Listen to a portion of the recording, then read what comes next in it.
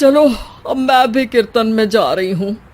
इस पर जैसे ही सास कमरे में अपना पर्स लेने जाती है तो वहां नाश्ते की प्लेट रखी देख मुस्कुराने लगती है और नाश्ता करके घर से बाहर निकलते हुए कुछ पैसे टेबल पर रख जाती है। जिसके कुछ देर बाद सिलेंडर वाला घर आता है। ओ मोरी मैया, मैं सिलेंडर के बारे में तो बिल्कुल भूल ही गई थी।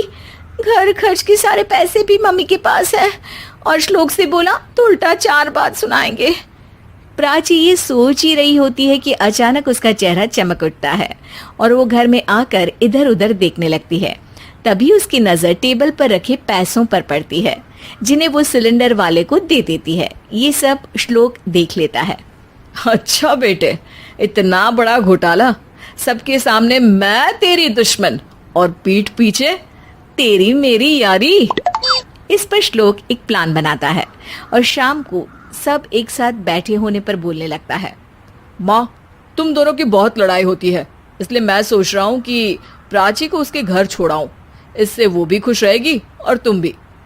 अचानक श्लोक की ये बात सुनकर सास बहू शौक से उसकी तरफ देखती हैं।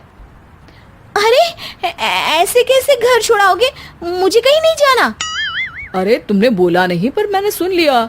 तुम्हें मम्मी के साथ रहना अच्छा नहीं लगता, मुझे पता है। अरे वो अरे, जब बहू खुद कुछ काम बोले तो वो तुझे सुनता नहीं, और अब जो इसने बोला ही नहीं वो तू समझ गया।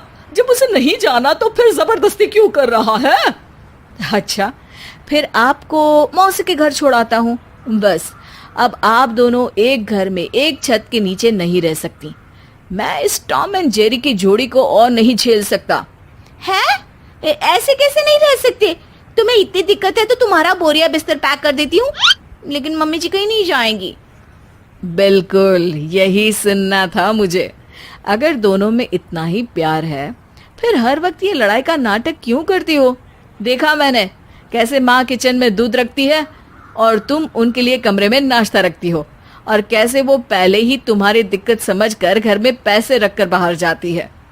अरे भाई, इतना ड्रामा तो डेली सोप में भी नहीं होता जितना तुम दोनों ने इस घर में फैलाया हुआ है।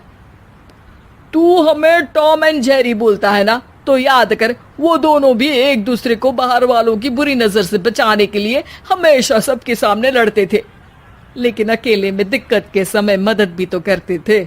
बस हमारा रिश्ता भी कुछ ऐसा ही है। और वैसे भी अगर सास बहू में तू मैं नहीं होती तो दुनिया वालों को कहानियां कैसे मिलेंगी?